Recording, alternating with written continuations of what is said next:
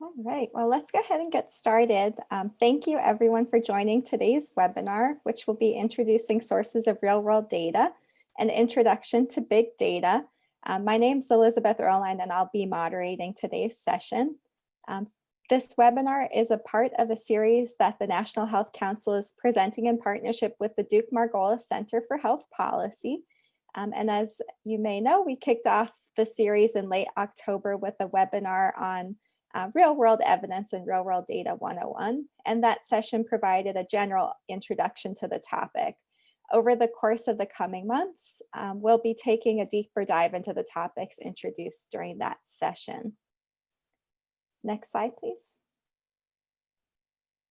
Now, the topics for this series stem from suggestions that we received at the National Health Council over the past several years from our membership. In case you're not familiar with the National Health Council, we're a 100-year-old membership organization. We're focused on bringing together diverse organizations to forge consensus and drive patient-centered health policy.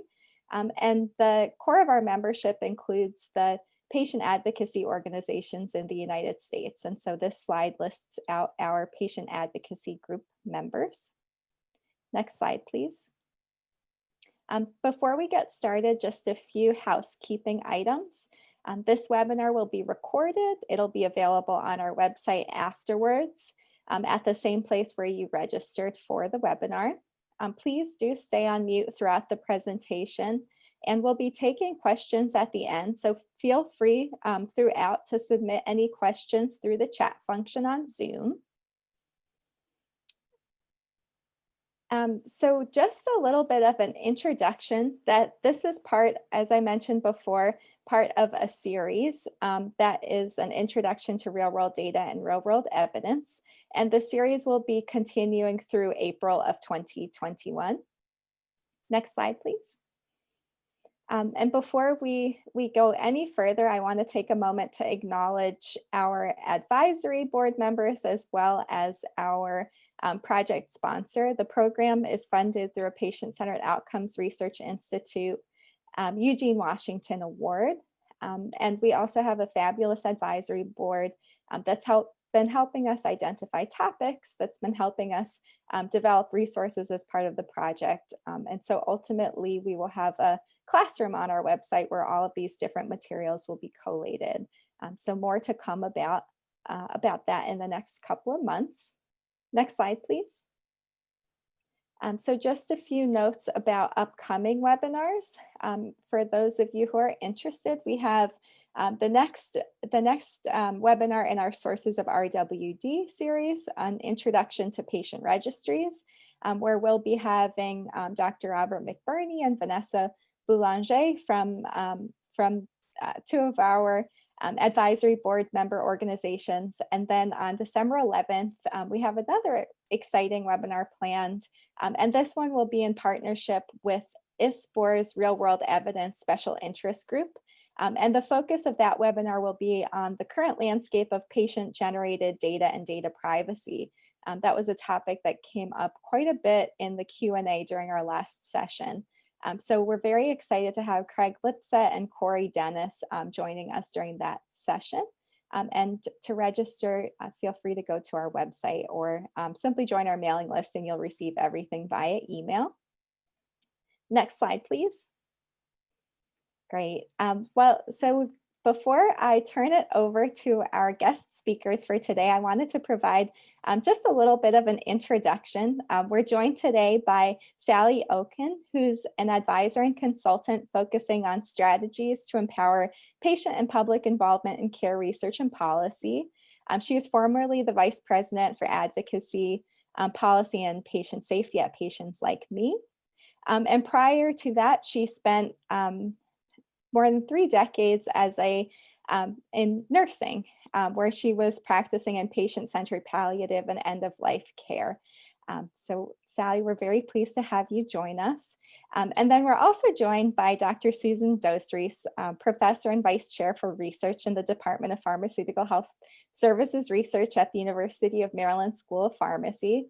Dr. Dostries is a pharmacist with training in pharmacoepidemiology and treatment evaluation.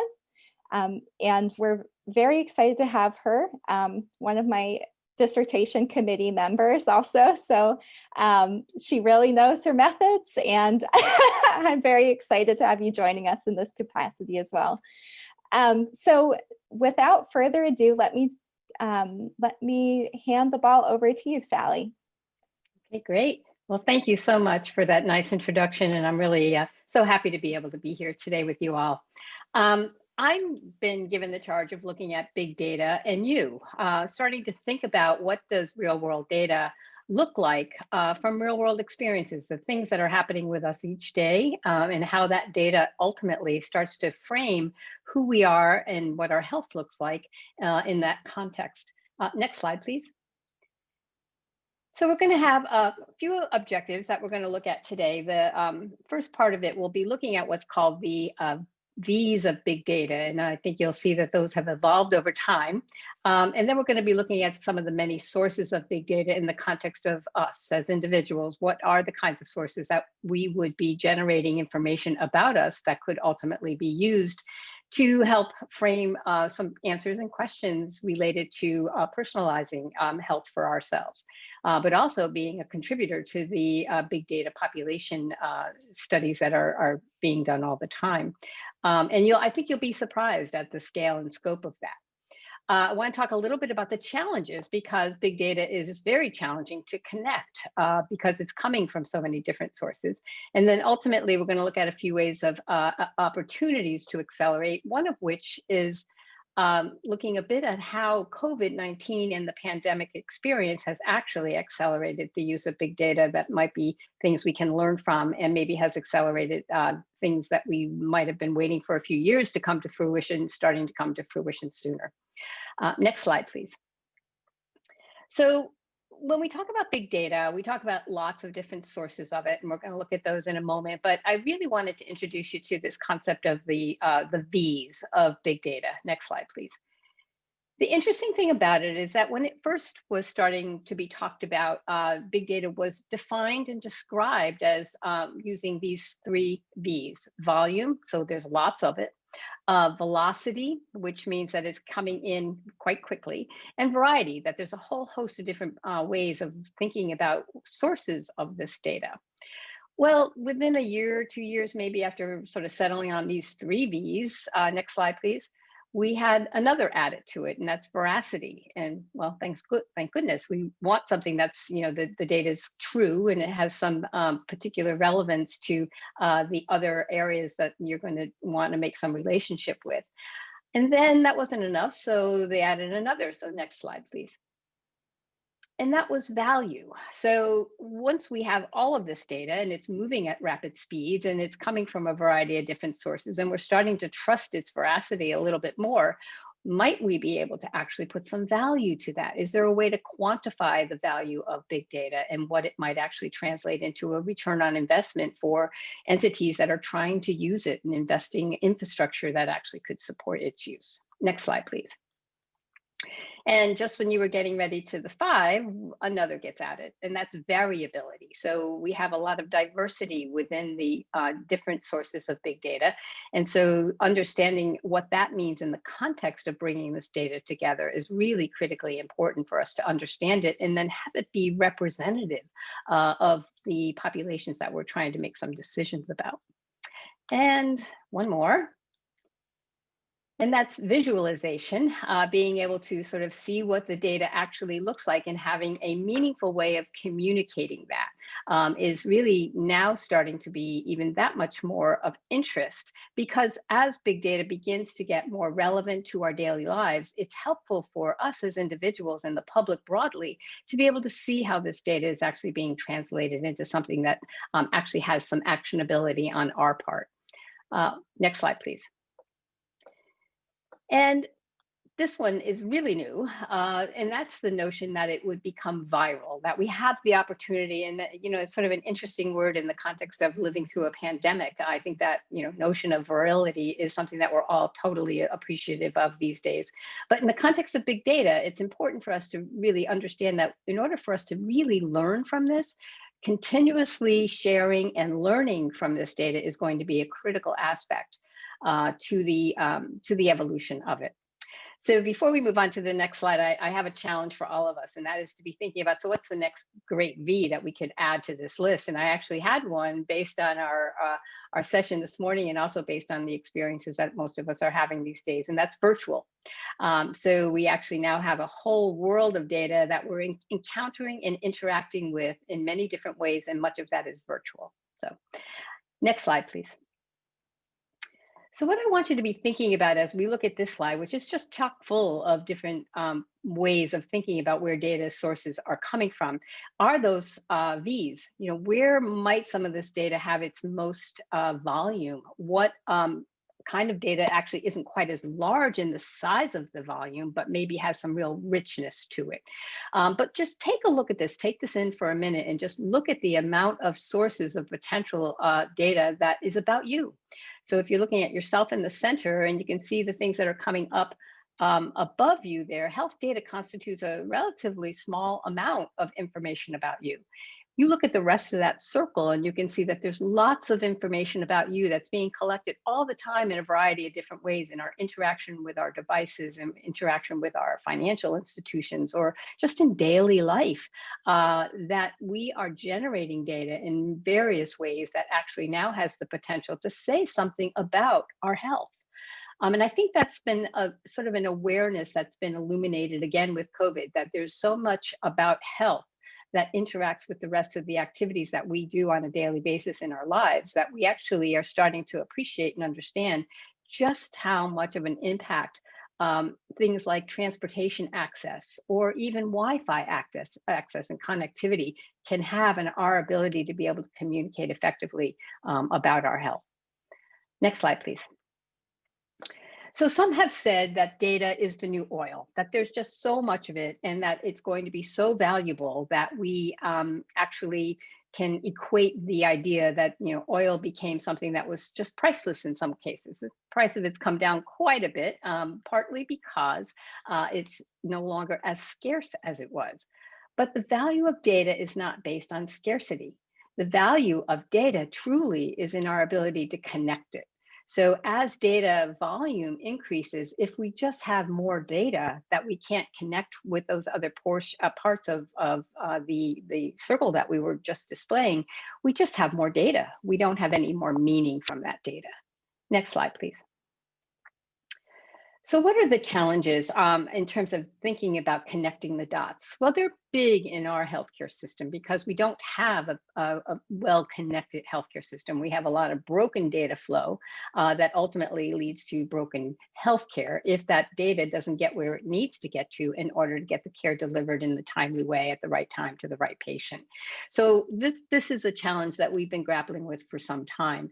Now, there was some ideas that potentially the electronic health record would really enable us to have a better way of being sure that things were connected. But as I'm sure most of you experience, you get your care from different systems, not necessarily one. You might be patient number 2032 in one system, and in another system, you're patient number ABCDE. So there's no way for those two systems to understand that you indeed are that individual. So there's still challenges here. I think there's a lot of work that's been done over the last couple of years to start getting at these challenges of interoperability, and we're seeing new regulatory requirements for that for the Office of the National Coordinator that oversees some of that work, as well as the Centers for Medicare and Medicaid Services. And Susan's going to touch on some of the information that has to do with claims data. But in terms of being able to see yourself as an individual within the system of healthcare, you are likely the only one who has that full picture. So we're still a long ways from being able to have the system recognize us as an individual, and then that individual has a whole volume and array of different data about us that actually could be useful in making good personalized decisions about our care. So my point with this slide, as well as with the previous one, is there's lots of data. We have to find a way of being able to bring those dots together. There is a lot of work being done towards that end, but I would advocate that ultimately as individuals, we should be the ones who effectively have access to that data, not necessarily the use of all of it, but understanding through visualizations and delivery ways that we can make use of it that's actionable and put it into our hands because we have the capability technologically. That's still a long ways off, although maybe not as long as it was even just a year or so ago. Next slide, please. So really, I think one of the reasons why it's not as far off as it was is that COVID-19 has forced us to really start to embrace big data in daily life on a regular basis. I have my grandson visiting me today because at his house where they're doing virtual learning this morning, there's 3 children. Each one of them needed to have access to Zoom. Each one of them couldn't be on it at the same time. So he's with us getting his online learning set up this morning here while his 2 siblings are somewhere else getting that done. We're doing remote working. Each one of you is probably working remotely today. So I think the idea that big data is now circling around us even more rapidly than it was before, and that it has the potential to learn and continuously provide us feedback in some ways is actually more and more real as a result of the acceleration that we've had with big data in the pandemic. Next slide, please. And then I think a couple of opportunities that exist here, because we do know that the pandemic has illuminated real world capabilities of big data for healthcare, whether that's going to be in analytics or it's going to be in care delivery through telemedicine and telehealth. But there's many opportunities for us to start creating ways of being able to use big data in a much more effective way on a path towards solving a problem, in this case, trying to solve the COVID-19 pandemic, and not only to learn about treatments and therapeutics, but also to learn what we can as quickly as we can about vaccines. Next slide, please. So I think as I sum up, I think the most important message I want to leave you with is that there is a huge promise of big data. We are still a ways from recognizing and acknowledging and achieving that promise, but I think we're closer all the time. But the main point I want to make for each of you sitting there today is that, you know, big data actually is made up of lots of different parts of your life. And you can see here that some of what we think about healthcare is only 20% of the things that characterize who we are and what our health looks like. So many other things influence that, like our health behaviors with diet and exercise and so many other aspects of the things that we do on a daily basis. Our environment. If you're living in an environment where there's, you know, significant amount of climate change impact with storms and other things, there's a lot of things that are going to influence your health with that. And then ultimately, I think what COVID again has exposed and illuminated and helped us realize, I think even in more stark terms, is just what the impact of socioeconomic factors are on our ability to be well or our ability to stay well, and then also our ability to fight certain things like a viral infection such as COVID, which is disproportionately affecting some populations more than others. So I think the last message I just would like for my presentation to leave you with is that big data is about you. It's about me, and it's about the rest of us coming together to understand what our experiences of living every day are in terms of being well and healthy and safe, and that there's many things that will influence it. So raising your voice in any opportunities that you have, whether it's in your patient communities or with your clinicians, to really have a good understanding of how the data that they're gathering about you can actually be used for actionable decision-making about you, but also be contributing to a greater understanding of our overall health and the relationship of that to big data. And I think that'll do it for my presentation. And I'm really looking forward to hearing Susan. She's going to be giving us a perspective on big data from a very different data source than the ones that we've just talked about. So you can push on to the next slide. I'll turn it over to Susan. Great, thank you, Sally, for that. And thank you, Elizabeth, for the invitation to be part of this webinar today. Certainly important information that you covered in your presentation, Sally. And, you know, essentially the big claims, the big data and the administrative claims is really that 20%. And in order to enhance the information that we can understand about our healthcare through these data, the important thing is to maybe to be able to link it to some of those other data sources. I'm not going to cover that today, but just to think about this from the 20% and what we can learn from the 20% just gives you a perspective of how much we can really do in terms of understanding health outcomes and positive and treatment effects. So maybe the next slide, thank you. So for the objectives for today will be to kind of describe the origin of where these data come from. And, sometimes we don't even think about our health encounters and how they then land into some of these administrative data that can be used in research. And then some of the key features of the databases that will be important to answer specific questions and whatever that question may be. There are different types of studies that we can do with these type of data, and I want to take a review some of those and the importance of those studies, and then the types of questions that we can address using large administrative data. And finally conclude with some strengths and limitations, because as Sally did a really nice job of showing you all of the ways in which we can collect data on individuals in our society. While these are important aspects of health, understanding the health of individuals, there are limitations. And so we'll kind of end with that. Next slide, please. So thinking about kind of where the data come from, and it's so true that we do everything in our daily life electronically, and all of that gets captured. And sometimes we don't really even understand that our behaviors are being captured in a way that can be used in other perspectives. And so the source of the data for these databases are really from health encounters. And this was really changed probably like 20 some odd years ago when electronic billing for insurance claims was done automatically. And so when you see a provider in an outpatient encounter, if you're in a hospital and all of the care that's provided to you while in that hospital setting, emergency department visits, and even the prescriptions that get dispensed in outpatient pharmacies, all of that electronic billing, those records then get stored in a central location. And usually these administrative databases are essentially a set of records, electronic records for every health encounter that an individual has had. And so when we have that level of information on every visit, we're able to then characterize at a person level, not necessarily the person's identity, but at a person level, what people are seeking in terms of care, what are those diagnoses, and who are they seeing. We can also take the information and boil that down to providers. So if the interest is really around understanding how individuals in primary care settings and from a primary care provider is treating individuals versus providers that are in a more specialty setting. We can also look at the visit level, how many visits for emergency department care we're seeing it in a certain period of time, and that could be important if the question is really around acute care services. And we can look at prescription levels, so thinking about how many units of certain medications are being used and dispensed over a time period.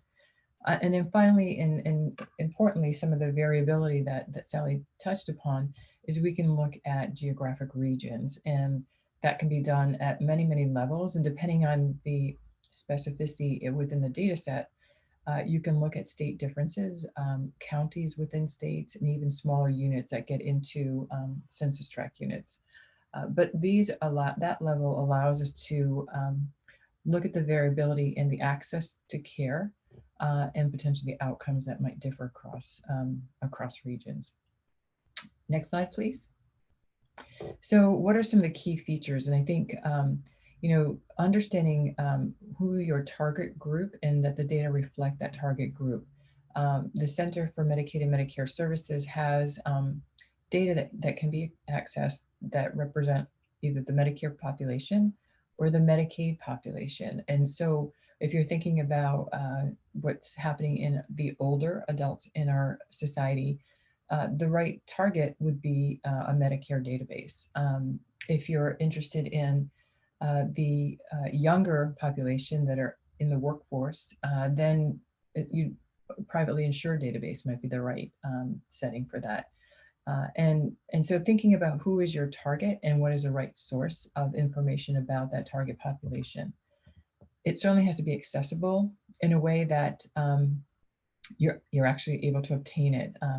And there are many ways in which to obtain these data.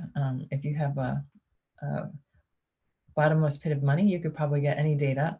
These are expensive, and so, but over time, they actually have been made more accessible at a certain fee, of course. we'd want identifiers in the database, and not necessarily identifiers that can be linked back to the individual person, but often what they do is they mask identifiers so that there's some way of being able to link the healthcare encounter from an outpatient setting to an inpatient setting to also the medications individuals have received. So in that case, you're able to then bring things down to identifying who a unique individual is or who a unique provider is. The continuity of the data would reflect how we're able to follow care over time. And since these are health encounter visits, we look for the continuity of care the individuals are receiving, or importantly, if there is discontinuity or treatment disengagement, which can have an important impact on outcomes. And finally, there's timeliness of the data. So certainly in the era of COVID, getting access to data that reflect healthcare patterns in the current year is very important to really understand the impact of the COVID-19 pandemic, how that has affected the population, how systemic changes in our healthcare system because of COVID may have affected individuals' access to care and continuity of care. So all of those are some key essential factors within these databases that help us answer important questions. Next slide, please. So some of the specific variables, we can actually get into some pretty detailed information about the type of medication, the strength of medication, and the dosing. But there's also non-medication treatment interventions that are also available as in the claims data. So whether there was a screening or whether there was a therapy or some other evaluation and follow-up of a patient, there are codes within the data that indicate what was done during that encounter that help us understand the level of care. The data also include diagnoses. Diagnoses are often required in order for payment on a health encounter. And so there's information on the clinical diagnoses that were associated with that visit, whether there were laboratory tests or preventive screening done. So thinking about care and wellness in the population and are people accessing care and the appropriate preventive treatments. The laboratory tests just tell you whether the laboratory test was done, not the actual result of that test. So there's a limitation there. We have a good range of demographic information in the claims as well. So thinking about some of the socio-demographic, if we have a Medicaid database, then we by default know that there's different ways in which people can be eligible for Medicaid and by and large income qualifications. So that would represent a certain aspect of a socioeconomic group. The services that are provided, often it's important to know whether it was an inpatient or outpatient visit. And so we can glean that information from the claims. And outcomes like quality of life measures, while that's ideal, oftentimes those are not available, but if you're fortunate to link to other data sets, you could get at quality of life measures in some of the data sets that are available. Next slide, please. So what kind of studies could we do? Some of the important key aspects of these databases, they allow you to do utilization studies. And so looking at the extent to which care is being received in the population is an important aspect. And that is a very common study that's done. And particularly now in the COVID era, there's been a lot done in utilization and access to care. There can be risk management studies. So understanding how different procedures and treatments are being provided in a way to minimize risk. One that comes to mind is thinking about the types of medications that are prescribed for elders, and there are criteria around those that can be more risky. We have secular trends, which like population trends over time, comparative effectiveness, and importantly, safety studies with respect to medications. Next slide, please. What are some of the things that we can do is in terms of our study goals? We can generate hypotheses. If we see certain variability in the trends or in the data for specific groups or subgroups, we can actually generate hypotheses about why we're seeing these patterns. We can describe and characterize individuals and prescribers to be better understand who's getting treatment and who's actually providing that treatment. And then we can do more analytic studies, and those are testing for actual risk of an outcome or to predict a certain outcome. So next slide, please. So the types of questions we can ask are, what is the prevalence of a treatment or service? So how many people receive that treatment? We can ask questions about the incidence. So what is the risk of a new event? Is this a new occurrence? We can look at physician prescribing behavior. Who's prescribing and what, and does it fit within practice guidelines that would suggest evidence-based care? Studies have been done looking at birth defects, so prenatal exposure to medications and the impact of this on the newborn. And finally, there's interest in safety around biologics and vaccines, and I'm sure that's going to be a very important question in the coming months. Next slide, please. And so I'll just end with a brief summary and table of some of the strengths and limitations of these data. And I'd separate out commercial insurance claims from our public insurance claims, which are the Medicare and Medicaid. Both provide large samples. The commercial insurance oftentimes allows you to link to the electronic health record or the EHR. It's questionable whether they provide national estimates because we do not have a national commercial insurer plan. On the other case, the public insurance data can give you national estimates because the Medicare program is a federally national program for all elders in the US. And the Medicaid data you can obtain for individual states, and so that would give you a national perspective. We can look at racial disparities in the public insurance claims that we cannot answer in commercial insurance because that information is not available. And so there's different components of each one that's quite unique. And one of the things that is important is that once we have individuals in an insured program, we lose their information once they turn 65 because everything goes into a Medicare claims database. So while there are important strengths of each one of these types of data, there are things that we have to take into account that we can also lose information on individuals. And so we don't really have a lifelong history, but we can get pretty good snapshots of healthcare and health outcomes using these data. So I think I'll end there and turn it over to you, Elizabeth, as moderator, I presume. So thank you. Great. Thanks so much, Sally and Susan, for your presentations. If folks have questions, feel free to submit them via the chat.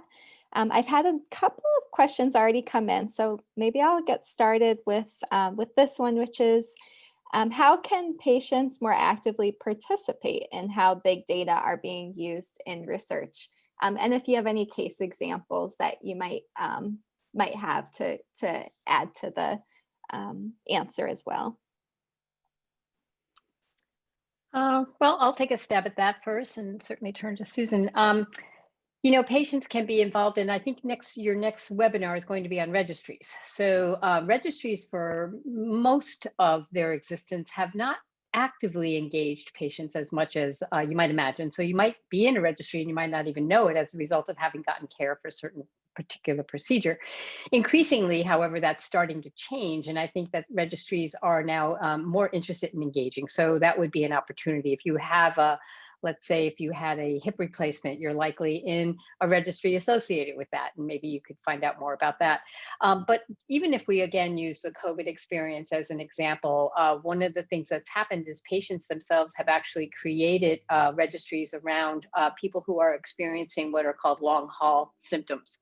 So they now have a very active and a very increasingly growing patient registry where the data is coming in directly from patients themselves, because if you keep in mind, sorry, a lawnmower going by. Keep in mind, much of the experience for these patients is happening outside of the clinical environment. So it's happening at home. Patients are actually reporting on it. So those are the ways that you might see opportunities if, for example, you happen to be someone who is post-COVID exposure and are continuing to experience symptoms. It's an area where you might want to look at to participate in and be a part of that learning that's going to be going on for quite some time. I would just add to that, the mobile devices are really up and coming. There's a lot of activity in mobile health, and it allows you to really kind of either enter information in to your mobile device that then can be downloaded. And so, you know, that's a space to watch as well. And that was one of your little icons, Sally, I saw as a little mobile device, and how even tracking symptoms are things that people are developing, being able to then communicate with health providers and that connection. So I think there will be a lot of different ways in which you'll see that people will be much more active in sharing that information, in making it more easy for individuals to do it, to help in research. Thank you.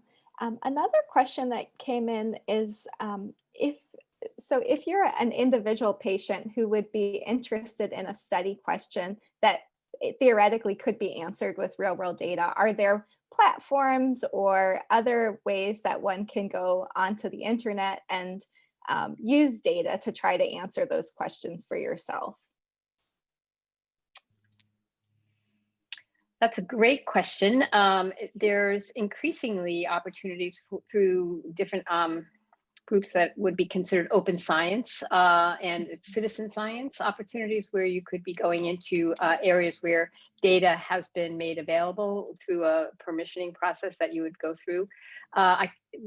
It would probably, I think maybe Elizabeth, we could do would be to follow up with some resources for that specifically, because off the top of my head, I wouldn't be able to name what those are. Sure. But I think the idea of being able to fully participate in some things where you are the scientist or you are the researcher are increasingly more and more available to you. The other would be, you know, there's a couple of things I would mention. One would be the All of Us program, which is the All of Us research program out of the National Institute of Health, is actually increasingly getting people more and more engaged and involved in studies that are more nuanced, as well as creating a very large big data source. And then I think then the other would be more and more thinking about ways of identifying what is your research question, and is there an entity out there that's actually studying that, and then you could become a co-partner with them in working on certain things. Certainly a lot of PCORI projects have that kind of attitude, where there might be a potential research project that is looking for patients to be more actively involved as a partner within that at different roles, and that might be another area to go. One other resource I'm aware of is if you go to the Chronic Conditions Warehouse, their website, they have, you wouldn't be able to answer something super specific, but they have a online platform where you can select different characteristics and it'll tell you different information, whether it's about costs incurred or variables around different chronic conditions. So it's another resource that we can share, which can be fun actually just to go and play around with. If you're a researcher, it's Excel documents that you can download that are populated with all kinds of data as well. Another question that came in is about a very sort of fundamental question about how do patients benefit from big data that's being used in research. And then as a follow-up also, how can the US improve the way big data are collected and used, specifically since all of these different data sources are disparate and not connected to one another at this time point. Susan, do you want to tackle the how do patients benefit from some of the administrative data research that's done? Because ultimately those do have an impact back at patient care. They do, and you know, the key piece here is that the data and the questions that we ask can then inform what types of programs and policies we need to put in place and recommendations for these that would help improve outcomes. So I think one of the things that will be very important is looking at this abrupt change to virtual telehealth this year. and the impact that that has on individuals' ability to access that type of care, knowing that not everyone has access to internet, and also understanding whether that's sufficient for individuals and looking at health outcomes. And I think some of those are challenges. The other challenge that we see is that from a provider level, it's also hard to look at somebody eye to eye like you do in a person-to-person visit. So some of these studies that are being done with big data, importantly, are trying to ensure that under what circumstances treatment and the delivery of care is working well for certain individuals, and under what circumstances would we really need to think about other programs or policies and access to resources for population subgroups that are not doing so well. So ideally, you do want the outcome to change practice or policy or implement programs for improving health outcomes. And at the individual level, I would just add that one of the promises of big data has always been that we could ultimately personalize care and be more precise about what an individual needs based on the data that we've been gathering. And the second part of that question, and now that's a promise that's not yet been realized, but the other part of that question was, what can the US be doing? You know, in some ways, we're starting to do that with the All of Us research program. I think they're really working hard at finding a way of being able to gather lots of data about lots of people within the country. They're using a very nice way of being able to be sure that it's quite diverse. So we're actually getting a lot of diversity within the enrollees of that program. And that ultimately, it's really being able to bring that back out into findings that are relevant to individuals and really being able to make more precise decisions about your care based on what the knowledge is that's been gained as a result of big data analysis. Great, thank you. And maybe one last question. I know we're nearly at time, but it's two very good questions from Kevin. Our claims data have a number of time-related issues. Could you talk a little more about lags and latency on use of claims? For example, trying to answer questions about the current pandemic could be challenging right now, but less so 6 months from now. Also, what about the ability to track an individual over longer periods, like more than 5 years when people change coverage over time? Those are great questions. I'll take a stab at that. The latency and the lag time is a real problem with these data. And in order to have complete data on health encounters, typically 3 to 6 months is a lag time on insurance claims. And on some of the federal programs, if you want complete data, it's sometimes a year lag time. And so some of these questions then become the past and not the present that we're answering. But there are ways, you know, in that 3 to 6 month lag time to obtain data that can be somewhat recent to answer these questions. And you know, right now, certainly we now have several months into the pandemic to answer that question. So the medication data comes in with less of a lag time, but the outpatient or any of the encounter data, just because providers have a certain amount of time in which to submit the claim and get that paid, if you really want complete data, you do have to face that lag time. So yeah, so you're always going to be behind the times by a certain amount. There are ways to work with state agencies and state Medicaid programs to get that data in a timely fashion without having to go through CMS, if you can do that. And the insurance claims, like I said, are a little bit more recent. With regard to continuity and follow-up, that is a real problem because we do not have a system where everybody's covered. These insurance claims, there's a lot of turnover. And generally every January, people have an opportunity to, you know, start a new plan every year. The claims data that my experience, we've had on average 2 years of follow-up on individuals, and that really isn't a lot of time when we're thinking about the longer term. So the data sets that allow more follow-up time are things that are like the Medicare data and some of the Medicaid data. But again, you're looking at just very different segments of the population. So we often, in those that we have long-term follow-up or might not be a sizable number to make a meaningful interpretation. So those are important limitations that you're raising. And sometimes we have to make compromises in terms of who we can follow and for how long. Great point. And I think also some of the private insurers now make the data available a little bit faster, but sometimes it hasn't necessarily been quality checked at the time that it becomes available. So that can also be problematic. But these were fabulous questions, and we're looking forward to continuing the conversation. I know we're at time now, but continuing the conversation. Sarah, if you can go to the next slide.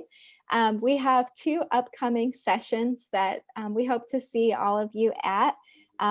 Go onto our website if you'd like to register, and join our mailing list if you want to hear about all of the upcoming sessions. So looking forward to reconnecting soon. Thank you, everybody. And thank you, Sally and Susan, for wonderful presentations. Appreciate it. Thank you. Everyone be well.